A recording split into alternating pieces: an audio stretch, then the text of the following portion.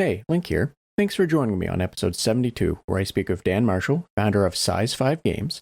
Dan answers the staples like how he got into making games, his childhood favorites, and also talks about how to bully a Valve employee into getting your game onto Steam, the genres that influenced him, and things he enjoys outside of gaming, like off to the seaside to relax. Just before getting you to it, feel free to subscribe or follow the podcast on social media or wherever else you are listening, and check the episode description for ways to support the podcast as well as Dan. And without further ado, here we go.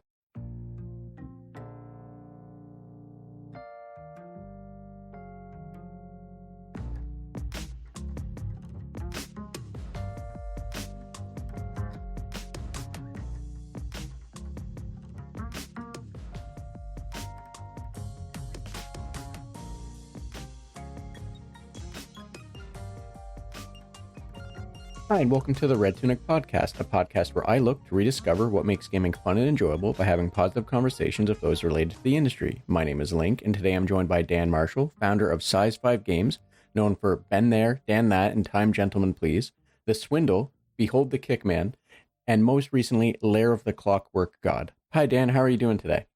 I'm good. Thank you very much. That's great to hear.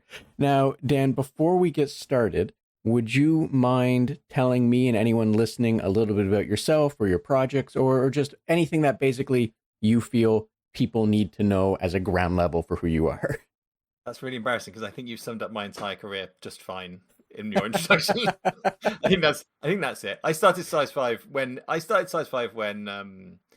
like profitable indie development wasn't really a thing, right? I was a kid making stupid little hobby games that took off and did well enough to like let me do this as a full-time job, and I've been doing it for 15 years, I think. So like that, remember, like, I don't know how old you are, you're probably too young, but if you remember as far back as like 2006, 2008, that kind of era, there wasn't such a thing as like being an indie developer. It was kind of, I used to get press based on the fact that I'd written a game on my own, right? It was that long ago. And that's how I started, and I sort of just been quite. Oh, it was good time. It was a good time to start. I'm very aware of it. I was very lucky to start like back then and not now, because there weren't as many games around. But so I started off making games, and each game just sold enough to make another one, and that's been my entire business plan: is to make enough money to make another video game and keep doing what I'm doing and doing what I enjoy. That's it. So that's really interesting to hear the perspective of basically just make enough money so that way you can continuing on. And for the record or for your information, I'm 35, so I was definitely acutely aware of. You're very young. Well, thank you. That's the first time I've heard that one in a while.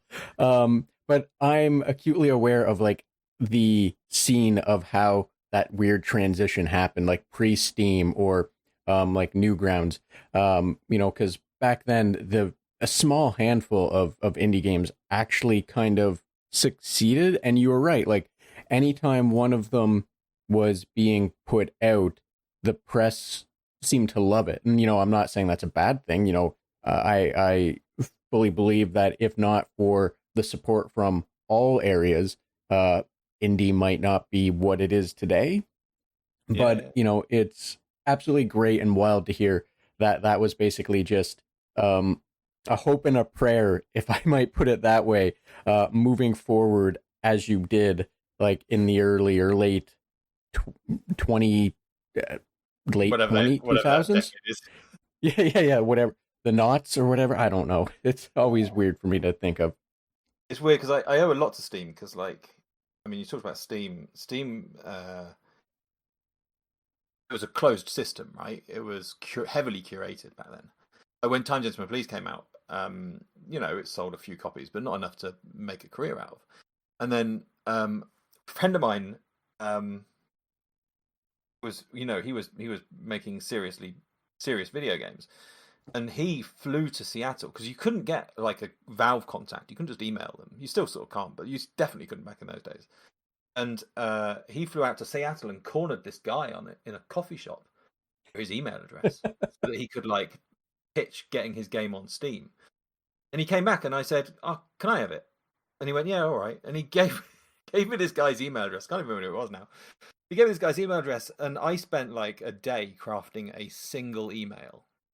That basically sold Time Gentlemen Please, the concept of Time Gentlemen Please, in like one sentence, two sentences. I like Wired had called it an indie masterpiece, and Eurogamer had given it a 9 out of 10 or something like that. So I just every bit of punctuation, every word counted as far as I was concerned, because I was going to get one shot at it.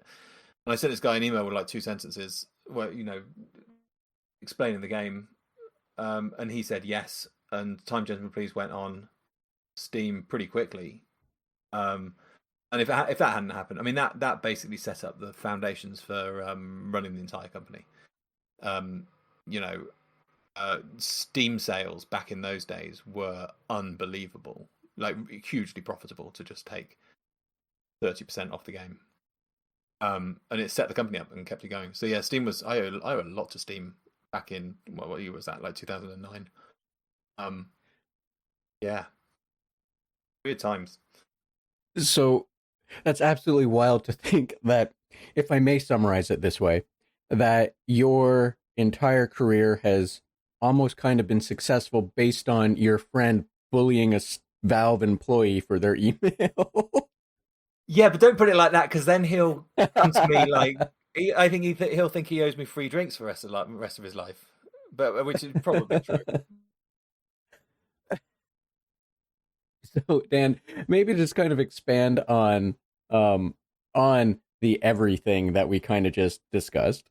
Taking it back just a little bit, how did you get into developing and making games? And based on your experiences, maybe not corner a Valve employee for their email, but can you share any words of wisdom from those experiences? No, I don't have any words of wisdom. I'm not that wise. But like my, let me think how to put this. Sorry, say that again. Ask me that question again. My answer is completely. That was 2 questions, and it's unfair. And my answer completely. So if we'll ignore the words of wisdom part, as you said, you don't really have any, which is perfectly fine. Well, look, let's start with words of wisdom, right? I can manage one, which is the same one that like has always existed, which is not to bite off more than you can chew, right? And I think it's very easy when you're making video games to try and what did you play last week? I played a bit of Tears of the Kingdom, and I played a bit of Starfield, right? And it's quite easy when you're interested in making video games that you go, oh, I'd love to make something like this. And like, you've got to keep in mind the whole time that those games were made by teams of hundreds of people for like pretty much a decade, right? And you can't do that. You've got to understand the concept of scope, and you've got to understand what you're capable of. And even I fall foul of it. Lair of the Clockwork God, nearly killed me in a lot of ways, because the bar is so high now. That Time Gentlemen Please and Ben Danat did well, but they were like these 2 deliberately knockabout, silly little adventure games that will look like South Park and will look worse than South Park, right? Because that was the charm, that was the idea. And then we did Lair of the Clockwork God, and suddenly the bar is like 1,000 times higher. And in order to stand out or match it, you've got to really put the hours in. So it was, that's hard work. So anyone can fall foul of it. You just know your limits, know what you can, learn what you can do, I think is my word of advice. In terms of, I remembered what the question was now. It was about how I got into it. And so I used to work in TV, and the short answer is that my drive to make video games was always higher than my technical ability to do so. So I didn't know how to code. I learned how to code. I picked up various bits and pieces. Bender Dan, that was AGS, which is Adventure Game Studio, which felt like cheating back in those days, but was basically just an engine. And I moved over to Unity for, when did I do that? for the swindle. But I learned to code, and I learned to enjoy it, and I learned to love it, and I learned to enjoy making little worlds and stupid little things happen on my screen. So yeah, that was my entry point into it. Was just I'm enjoying this a lot, and I had a lot of luck in terms of my career trajectory. I know it was my Time Gentleman Police. I had a full-time job when I was making it, and it just became a point where I was in a position to leave my job and set up a company properly. But yeah, it was I'm aware my you can't follow my career trajectory because it was just all blind luck. So, thank you for that. And I think the advice of don't bite off more than you can chew is absolutely wonderful, because that is something that is echoed quite a bit. Never am I going to dismiss that, because the more people that say it, the more true it should in theory be. Because I know, like, there's always that small chance biting off more than you can chew does pay off. However, most of the time it's going to kill you, right? So yeah, I mean, like, look at, like, you can't predict those things about what's going to take off and what's going to do well, right? So all you can do is, like, have a reasonable expectation of what any game you make is going to bring back. The chances of it being, like, look at the guy who made Vampire Survivors. I don't know him. He did not bite off more than he could chew with that game, right? Chances are, when he made something that just went weirdly viral. Flappy Bird, same thing, right? You can't predict these things. That these people are, like, the guys who did it didn't slave for like 8 years to make it, and then remortgage their house and put everything on it and pay for a massive marketing budget. Right? You can't do it. They didn't bite off more than they could chew, and they got lucky. But the vast majority of developers out there have that exact problem. That you've got to be kind of strict with yourself about what you're making and how quickly. So yes, thank you for rounding that out there as well, because yeah, I 100% understand what you're saying. I imagine a lot of people do as well, and would be hard pressed to disagree. Like I said, I've heard similar advice from several different people within the industry, and I, as someone that is not making games but has went back to school twice, and professionally works as a programmer, and can get grand lofty ideas for doing dumb things, I can say from my own personal experience, it's good to chew what you can actually chew. So yeah. Thank you for that. So what I'm going to move on to next, I don't know why I transitioned with that, and that was a really weird one. But was there a game that made you want to make games? And if so, like, what was it about that game that made you go, oh, yeah, this is it. This is the thing that I want my life to be? You see, my brain doesn't work like that, I don't think, about like one game. There's like a question coming up that you asked about, like, sorry, from your list of questions, spoilers. But there's a question about genre, favorite genre and stuff like that. And my brain doesn't work like that, because I just like I just like the experience of trying something new, I think, and I always have done. I couldn't name a favorite game, really. I mean, I can. I've got one in mind, but like a game that made me want to make games, right? That's the answer to that is like such a mash of stuff that I played in my childhood and teens, and it's off the top of my head, it's Chucky Egg, and it's Sonic the Hedgehog, and it's Flashback, and it's Sam and Max Hit the Road, and it's Wing Commander, and it's like all these wildly different games in so many ways. It's Lemmings, and it's Syndicate, right? No one thing, but like all those games that I played when I was between the ages of, like, well, let's say 8 and 15, that had that formative effect on me. It's that sort of stuff that I think back and think, yeah, I really enjoyed that period of my life and the feelings that I got from those games. And that's the kind of thing I want to. I always sort of strive to recreate. I mean, if you look at my history, it's a bit, SizeFive Games. I don't make.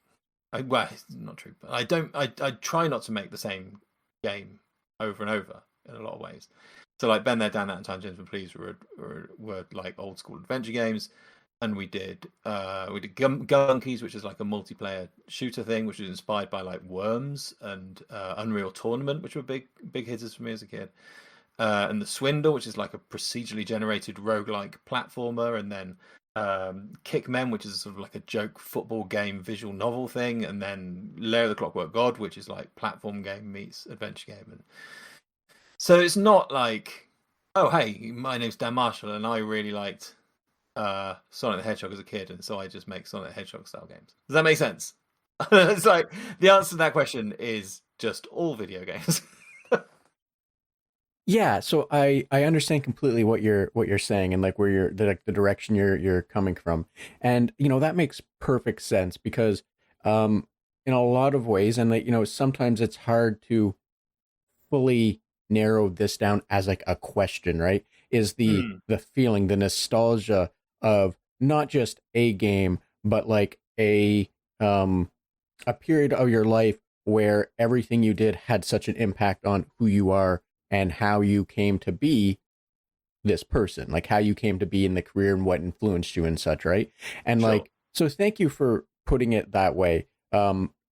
Because yeah, like I said, it's hard to have a question that asks that kind of narrows that down. But no, anyway, as you said, that makes perfect sense to have a whole swath of games that basically just influenced so much of what it is that you are putting it out there, right? Like that you took in and put out.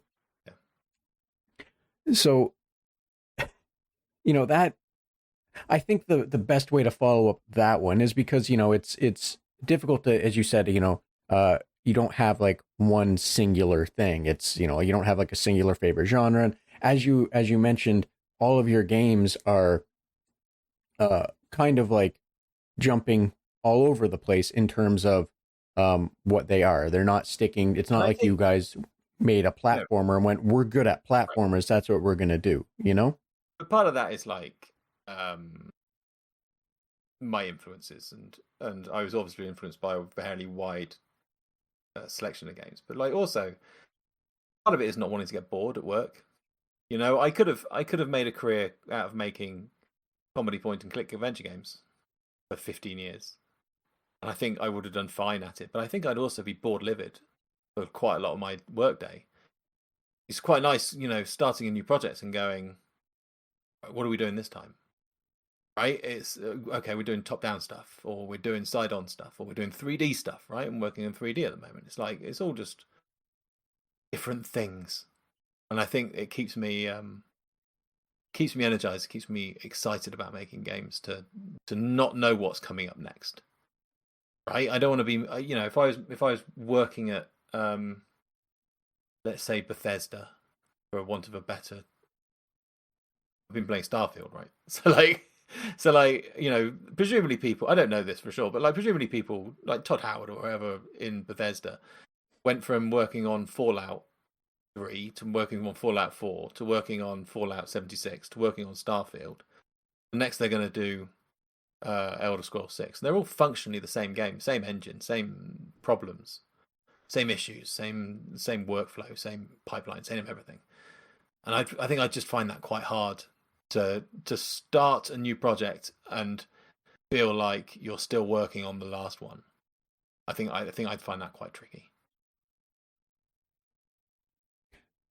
So yeah, thank you for phrasing it that way, and I understand, as I think many will, that what you're like, the sentiment that you're having, that you're sharing, because yeah, 100%, like, you don't want to be bored at what you do, especially if you enjoy what you do. The last thing you want is something to like slowly chip away at that joy, right? Sure. Yeah. So I'll ask this, and we're speaking of the nostalgia, speaking of where you maybe not exactly where you came from because it sounds like a wide swath. However, um, is there a game from your childhood nostalgia, or just you know, maybe that you don't hold in such high regards, however you enjoyed that that you played as a kid that you just don't think would hold up today for whatever reason? Yeah. Do you know, I was really into I picked up a copy of Wing Commander 3 Heart of the Tiger. Uh Randomly, didn't know anything about it. Picked it up. If you don't know, it's like a space flight simulator, spaceship game with live action cutscenes with Mark Hamill and Thomas F. Wilson from Back to the Future. Um, can't express how much I loved that game, and the follow up Wing Commander 4 were I played them so many times through. Um, and I rewatched some of the cutscenes a couple of years ago because I think someone had stitched them together into a movie. Um, and my sort of 15, 16-year-old memory of those games was the quality bar, was the quality of the acting and the camera work and the special effects and everything was so much higher than reality. It's weird watching them back now. He was obviously working with a new technology, massive limits in budget and what he could do with it. I remember it being just, those games being storylines to rival Star Wars. They were that good. I mean, I'm aware that also when I was 15, 16 years old, I was a idiot. Sorry, I've told you on spare. I was a massive idiot, and your tastes in things change over time. I think at that age you're more impressed by lower quality stuff. I think Wing Commander was a beautiful game for its time, but I suspect if I played it now, I wouldn't be able to put up with either the space flight bits or the shooting or the cutscenes. So I'm going to leave it, because you want to play games again. How many times have we played Sonic the Hedgehog again, right? And how many times have you played Mario again? And various bits and pieces from your youth. The tech just hasn't necessarily aged beautifully with quite a lot of games. And for that reason, I'm going to leave Wing Commander 3 and 4 in my head where they are perfect, beautiful games. And I'm not going to risk replaying them because I suspect they've not aged well. So I can't speak to their aging. However, I definitely understand where you're coming from with that. Like I have some games as well that they the memory that I hold with them, I don't want to toy with that memory for for various reasons. Sometimes it's, as you said, simple as not wanting to um not wanting to like ruin something you held in such high regards or risk ruining, right? um so like I get it. I think a lot of people will as well. However, I'll say this just for your own um sanity, I guess. I believe there's like a Wing Commander movie, like an actual like Hollywood, Oh quote yeah, there unquote. is. It's dreadful. Okay, I was gonna say you might want to avoid it. I watched that when it came out and wasn't very impressed. But maybe that's aged really well. Who knows? Maybe I'll go back and watch it. I think what they did, Wing Commander the video games are basically sort of Star Warsy sort of stuff. They're kind of pulpy, action driven narratives. Movie I remember they tried to make a sci-fi version of Das Boot, which was not the worst idea, but I don't think they pulled it off, and as I remember it. But maybe I'll give it another go. We'll see. Maybe it's aged super well. I'll let that be a surprise for you. Oh, okay. Thanks. Well, this thing I can't speak to it in today's time. I don't even know if I've seen it. I just know it exists. Yeah. So I at the risk of speaking about something I 100% know nothing of, um, I'll let you decide. Just don't go reading any reviews or what have you. That might taint your view the way it has tainted All mine. right. All right. I'll give it a go. I'll give it another go. I remember getting Wing Commander movie out from Blockbuster. So that's how long ago it was that I saw that.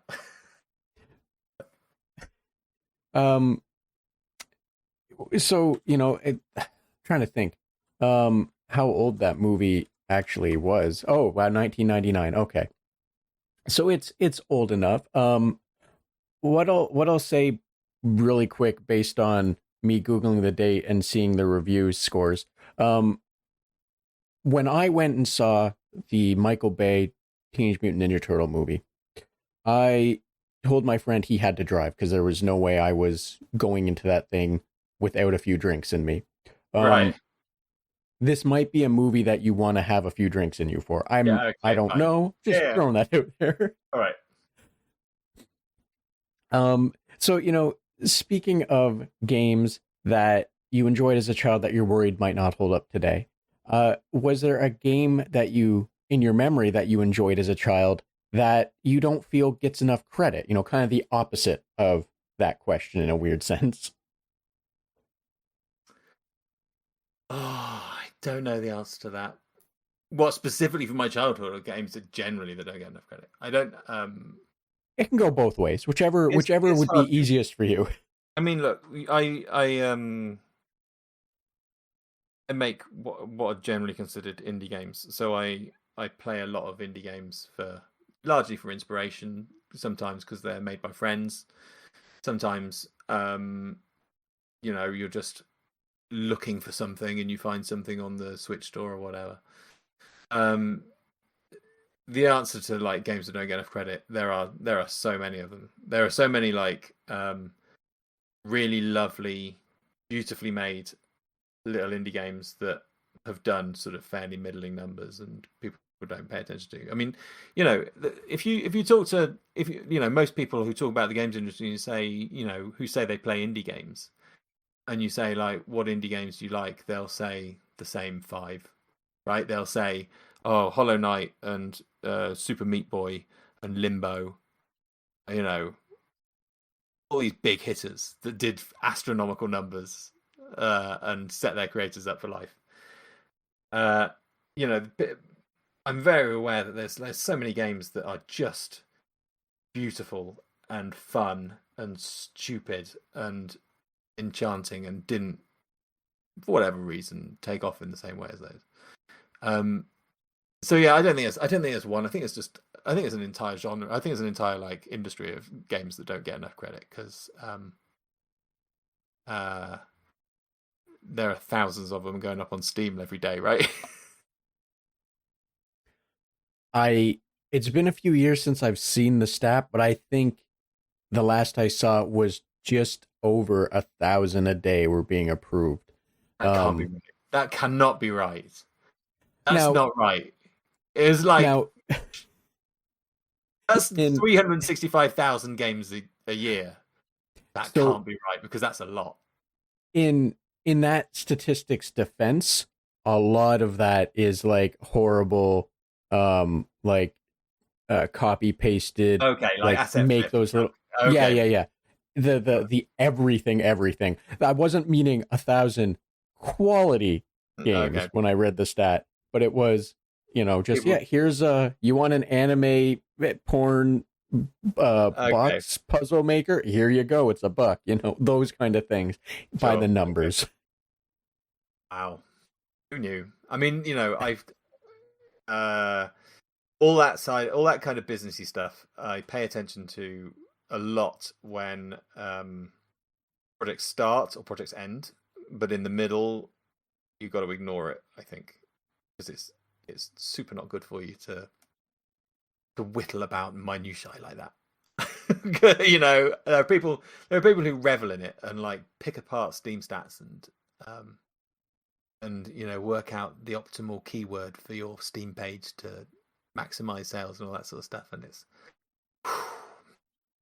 it sets my heart, it sets my blood pressure going thinking about it. Right? So, yeah, I steer clear of all that stuff unless I absolutely have to. 100% understand what you were saying. And just as a quick correction, because I did just Google it, I don't know what I read in the past. That might have been just assets in general upload to Steam. It's only 34 games a day as per last year. That's, But that's either a which way, relief. the sent yeah, a little bit of one. I don't know. I don't know what I read or what I wildly misunderstood. But either which way, the sentiment is still like the same, right? Like not diving into things because I know there's in terms of like indie games, um, smaller ones, there's a lot of content creators that kind of base everything they do around trying to highlight or find them, and then talk about the small ones that they've found, and you know, I think that's like a wonderful thing because, for every Hollow Knight, there's many other smaller games that just don't afford the ability to get lucky or, hit press and like just explode or have a chance to explode, right? So, Yeah. speaking to that, like the content creators that do those kind of things and speak to the smaller ones they find is wonderful. And I'm very happy that I was very wrong about the number of games popping off because that would make it even harder for those hidden gems, right, to come out from all of those weird little like anime naked girl puzzle block ones I or mean, or 34, whatever asset flits. 34 is 34 is still a lot, though, isn't it? 34 every That's day is still a lot of competition. yeah, and that was last year. So Probably 1,000 by I I don't know where that number came from. I don't know what I read anymore, but yeah, the longer it goes on, the more it gets easier. By all means, I'm not gonna say anything negative to people, to indie devs trying to get their games out and such. Asset flits and stuff, I will say negative too, but like it's not an, as well as it's not an easy world. So like Yeah, no, yeah. a lot of competition that sometimes doesn't need to be as tooth and nail as it is, right? Exactly. Yeah. So Dan, I am curious about this one as someone who has made a handful of games across different genres, with different like philosophies or what have you behind it. Because obviously, the philosophy behind um, a soccer visual novel style game is not going to be the same as a point and click. Is not going to be the same as a sex education run and gun or Yeah, a yeah. what have you, like your catalog. Um, is oh I lost myself in how I was gonna throw it off. But based on like all of that, like obviously you would try different, as you said, you play different indie games. So there's obviously different trends you may notice or you may have experienced. A big one that came out a year or so ago from I think a game jam was the frogs, and now there's frog games everywhere, which is hilarious and fantastic. But is there like a trend that you've noticed over the last few years that that you've really enjoyed, whether it's inspired you or been used as like an idea starter or anything? But is there like a trend that you've noticed that you're like, oh, this is fun, this is neat, and something to look forward to? No, do you know what? I don't. It depends what you mean by like recently, but like, um, I remain a big fan of like the roguelite genre. There's something about that appeals. I'm aware that there's like a joke about you know indie games being too reliant on that as a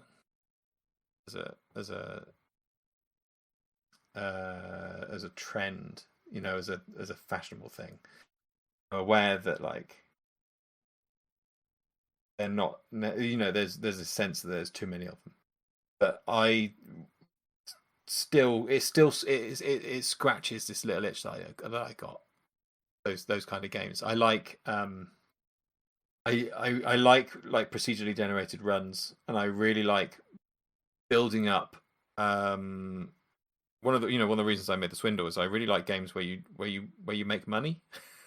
When you have a resource or something, and you just keep on making more and more and spending it. I've been playing. This is bad, but I've been playing. Do you remember Cookie Clicker? It's an old web game where you like click on a cookie to make a cookie, and then Yeah. eventually you can get enough. You can click on enough cookies. You can spend your cookies on something to automatically click the cookie for you, and then it just keeps going. And before long, you're making like millions and trillions of cookies because you're investing in like farms and things. And there's no game to it. And my boy was playing this game on his he's got his tablet, and it was basically Cookie Clicker in a 3D sort of sense. And I said to him, look, there's no game to this, right? There's just a screen, and you're not doing anything. It's just ticking away in the background. You're making fairly arbitrary choices. And I downloaded Cookie Clicker to show him and say, like, look how foolish you're being. This is a perfect example. And that was, I can tell you now, that was like 160 days ago that conversation happened, because I'm still playing Cookie Clicker. It's still coming up on my phone. And I go, and I'm doing like super well on Cookie Clicker and all that sort of thing. So like, I have this part of my brain that like seeing numbers go up. I think we all do. Numbers going up is good. And roguelite games kind of appeal to me in that sense. So yeah, I mean, it's not. I don't necessarily know it's a recent trend, but that has provided a lot of quality evenings for me, sitting down, slumping, and like building artificial stockpiles of money. Improving characters, leveling up. It's leveling up, right? It's leveling up characters and doing that sort of stuff. Yeah, it really appeals to me. So, thank you for that. And, as someone that really enjoys the roguelike or roguelite genre, I understand completely what you're saying. It has its own kind of reward system for, as you said, just getting to see numbers go up, right? Like even when it's like a really bad run, you're really just hoping you'll do something to make those numbers go up, even if just temporarily, right? So no, I 100% understand. I get that. Now, Dan, you had mentioned before we started, you didn't have a lot of time this morning, so I'm gonna throw this one at you, and then I will let you, or I'll get out of your hair so you can go on to more important things for the day. However, outside of games, outside of playing games, making games, what have you, what do you enjoy to do, or what do you enjoy doing? Like, what do you do to relax? Who are you outside of making games at SizeFive Games or what have you? I have a little 8-year-old boy he's my entire life, better and worse. So outside of games, I do very little apart from school runs and looking after him and making sure he's happy. But that's what brings me joy in so many ways. I'm very lucky. We live in a really nice part of the country. It's not a long jaunt to the seaside from here. So my wife and my kid packing up into the car and going down to the seaside and messing around in the sea and building sandcastles and teaching him how to bodyboard and watching him enjoy himself. That's like the best. What's the way? It's the best untangling of my brain that I can imagine.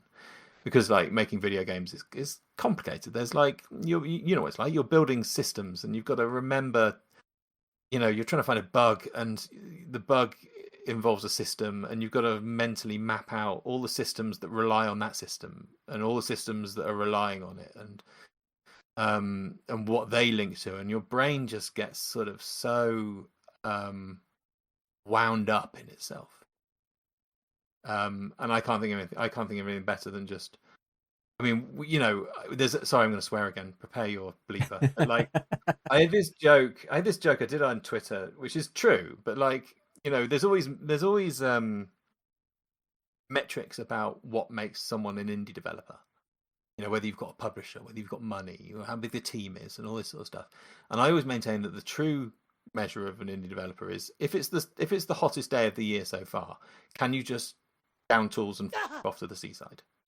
Right, that's my measure. If you can do that, if no one's going to say, hey, what do you think you're doing off to the seaside, you're an indie developer as far as I'm concerned. So off to the seaside is my go-to for untangling all these knots of thoughts in my head.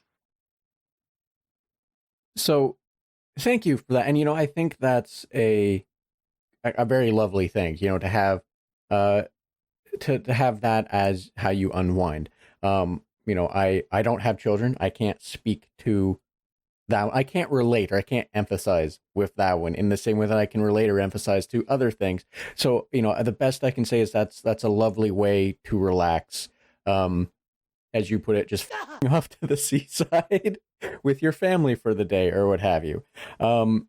And also, I think that's a really interesting metric for what truly makes indie versus not, being able to, just drop everything and, screw off for the day.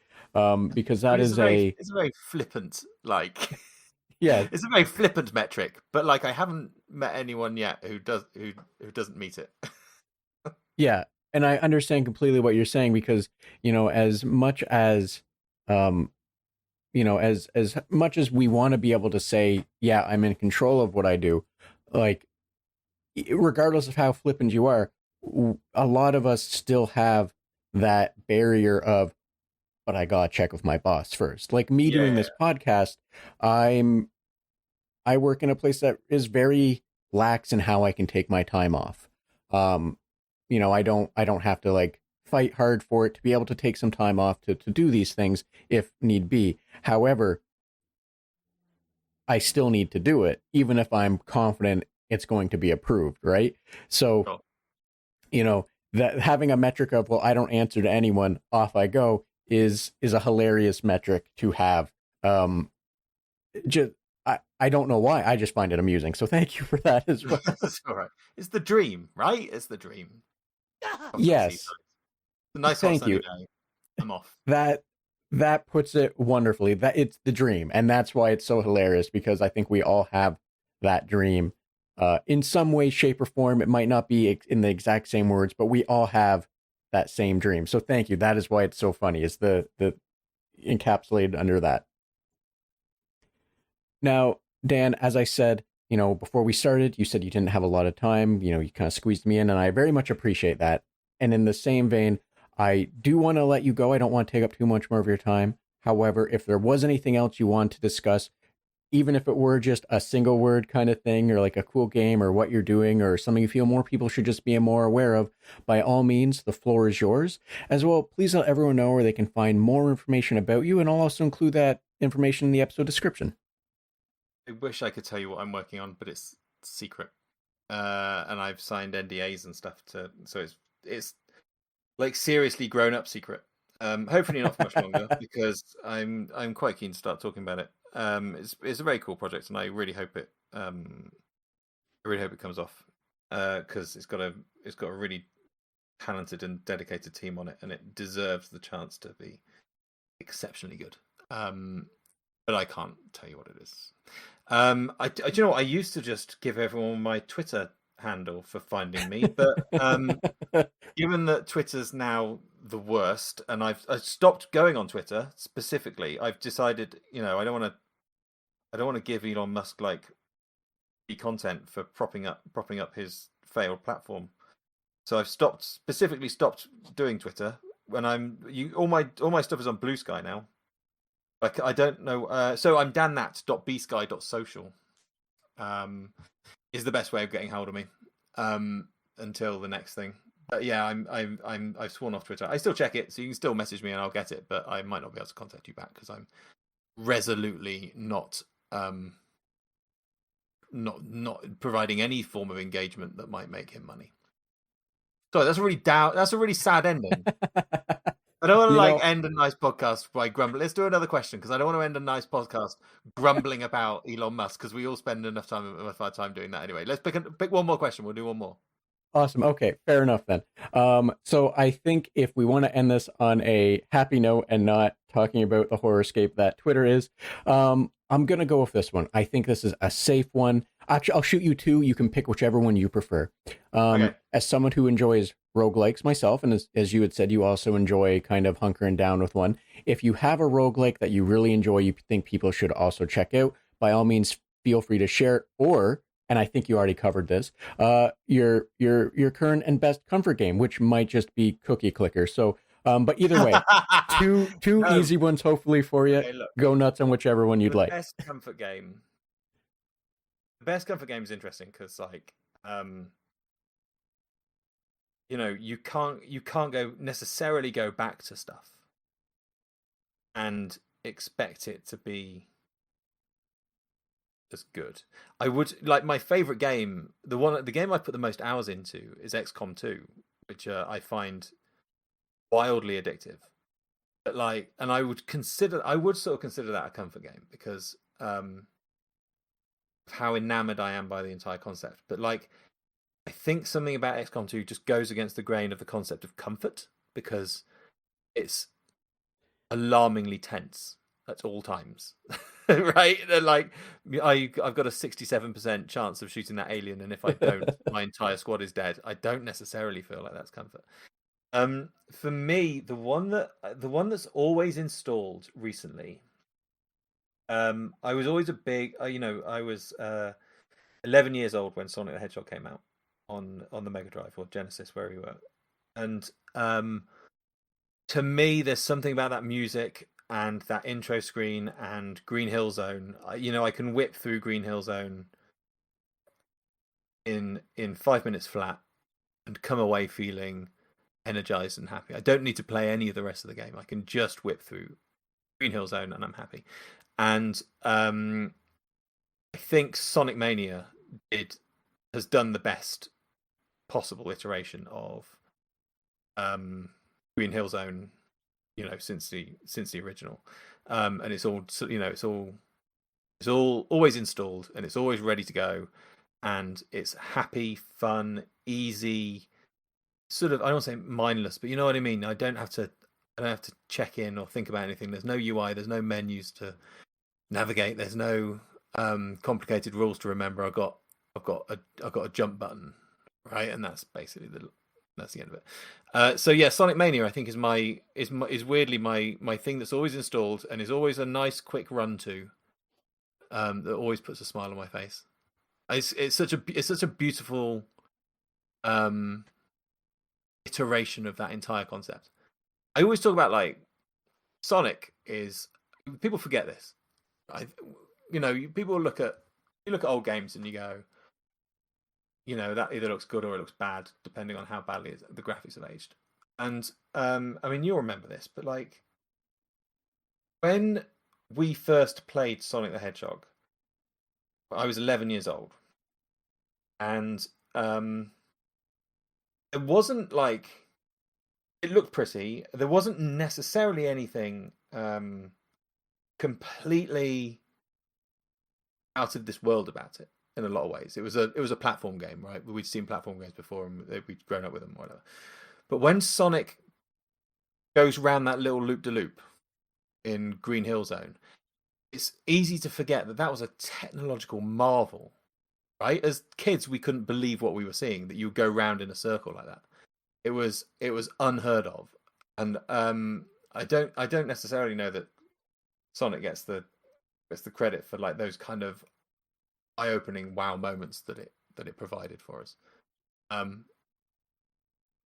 it still does to me in a lot of ways. It's faded over time, but the thrill of going around a little loop de loop in Sonic the Hedgehog still excites me and makes me happy. There you go. That's a better way to end it, isn't it? Much more optimistic, and I'll really quickly share some optimism with you, and I think you'll appreciate, or hopefully you'll appreciate, both of these before I get out of your hair. Recently played the new Sonic game release, the big pack, and I don't remember if it's Mania or what have you. The one that has like the remasters of all of them. Oh a yeah, handful of them. Origins, I think they called it. And I was playing Sonic CD for the first time in years, and I hit the first loop in that one where it does the screen transition to show you running up it from a behind scene. Yeah.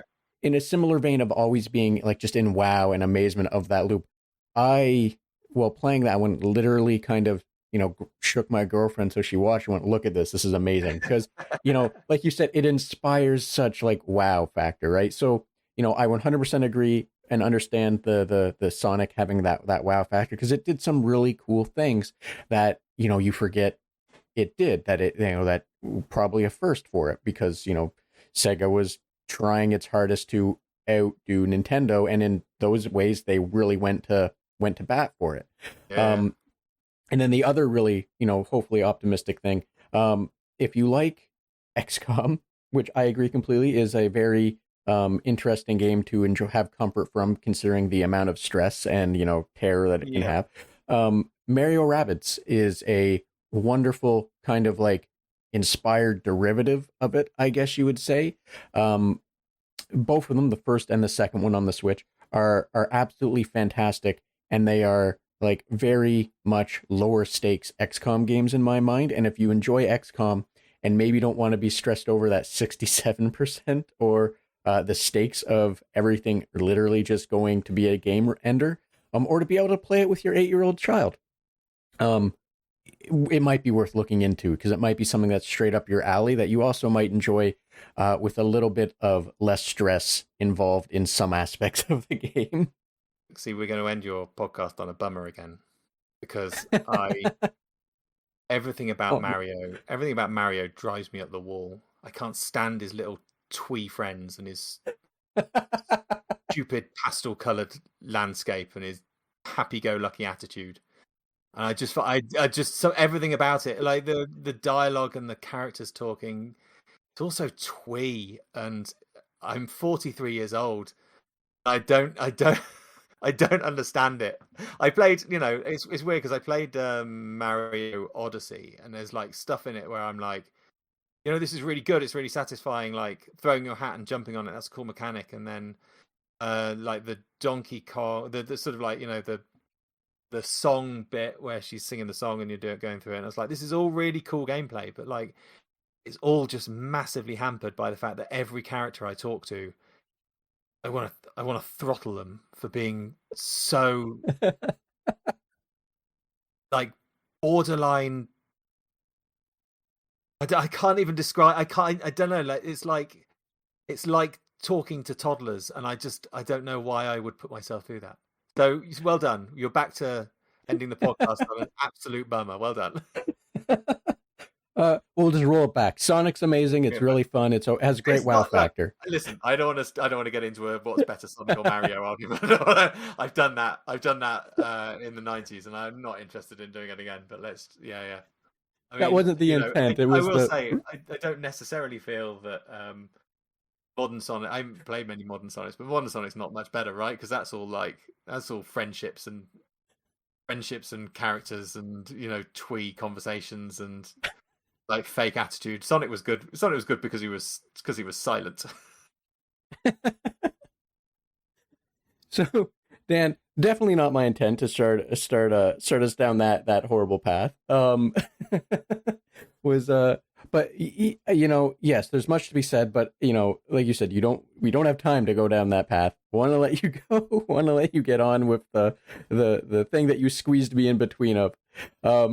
So to just roll it back, the first Sonic game, great thing, did some really wow factors. That's the positive attitude we're going to walk away from. Yeah.